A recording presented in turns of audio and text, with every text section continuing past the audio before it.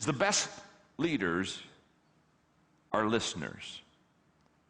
As I have observed leadership, and as I have hung with leaders for now over 35 years,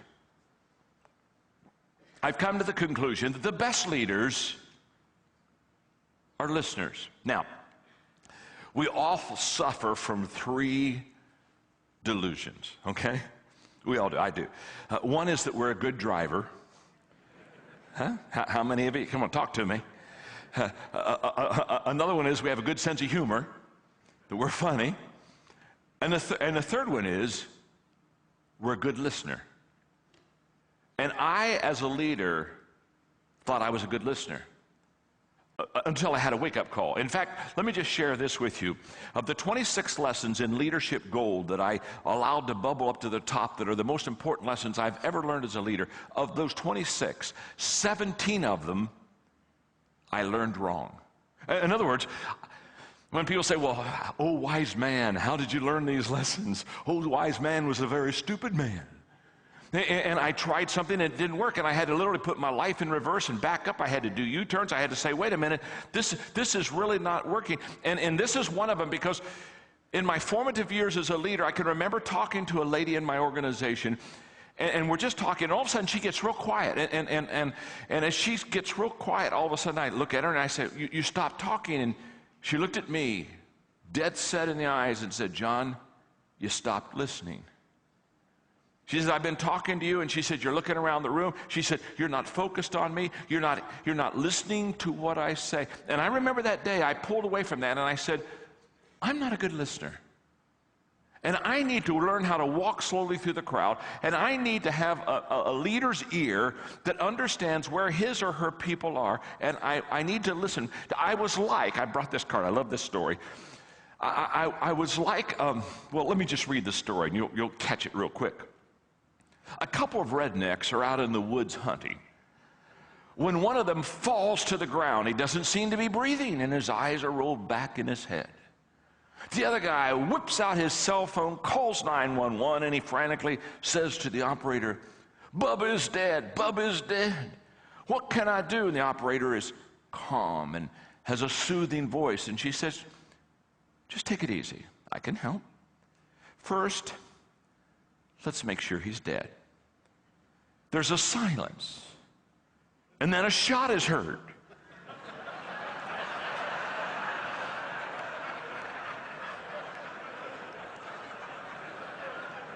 The guy's voice comes back on the line and says, okay, now what?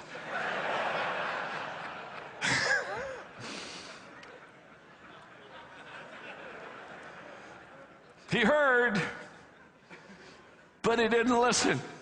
And I wonder how many times I've kind of been like Bubba. Here's the way I've discovered it works. Here's the way it works. Leaders listen, learn, and then lead. They listen, they learn, and then they lead. You see, the best leaders are good because they know where their people are. They know what their people are thinking. They understand their people. And how do they understand their people? Because they walk slowly through the crowd. They have become consensus leaders. They have a sense of where their people are. There's no such thing as being lonely at the top, because they're down at the bottom walking with the people. They're talking to them. They're not isolated. They're not withdrawn. They listen, they learn, and then they lead. And here's what I have discovered. What I have discovered is that when I listen, problems that potentially could be big are often cut off at the pass. Why? Because I listened and I heard what the issue was before the issue really became the issue. I have an organization called Enjoy Stewardship Services. It's an organization that basically raises billions of dollars for churches across America in helping them buy land, etc. Okay.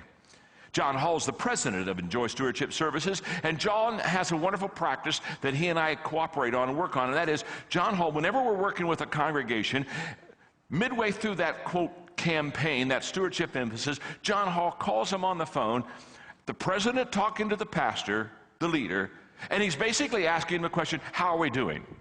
Could we be doing something better? Is there something we could change? Are we meeting your needs? Now, he doesn't have to make that call. I suppose that we do a pretty good job, and he could wait through the contract. He doesn't have to, I suppose, call him at all. But John understands something that I understand, and that is the greatest way to keep problems from escalating is to be a listener.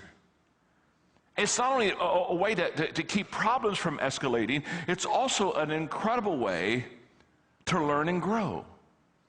Everything I know today, I know because I listened. I asked questions. You know, when I'm doing the talking, I'm doing any learning. Same with you. But when I'm listening, and when I have a heart to listen, and when I have a mind to listen, and do you realize the empowerment it brings your people as a leader when they know that you really listen to them? 12 years ago, we moved to Atlanta. We moved all of our offices here. And the African-American community is so amazing in this city. And because I had very little experience with African-Americans, I wanted to know them better. I wanted to know their journey better. And so I was committed when I moved here to really have the understanding that I felt that I needed, that I didn't have. And I remember I talked to one of the gatekeepers of that community, and I said, would it be possible every other month if I could have a lunch with some of the leading African Americans in this city and just sit down with them? And all I want to do is ask them questions. And I said, every other month, if you could have another group come in, I said, in a year or a year and a half, I think I could really understand and really learn a lot from them. And I kid you not, every other month for about 18 months, I would sit down with these amazing people and I would ask them to tell me their stories. And they were surprised because they thought when they got together we'd have a lunch and I'd do a teaching session. And there was no teaching. I didn't want to do any teaching. I wanted to do some learning. And I would ask them questions, and every time I would walk away amazed by their journey, amazed at what they've gone through, totally having inside priorities just adjusted in my own life. And as I look back on that experience, what I'm saying to you is just very simple. You need to go back to your people. You need to go back to your group. You need to go back to the department you oversee. You need to go back to your company. You need to go back to your church, your organization. You need to go back and you need to sit down with your key people and tell them that you want to be a listening leader. Now, if you haven't listened to them a lot, get ready for a little bit of pushback.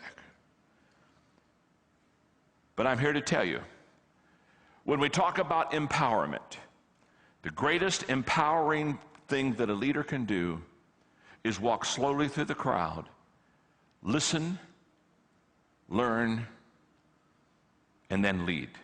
The best leaders are listeners.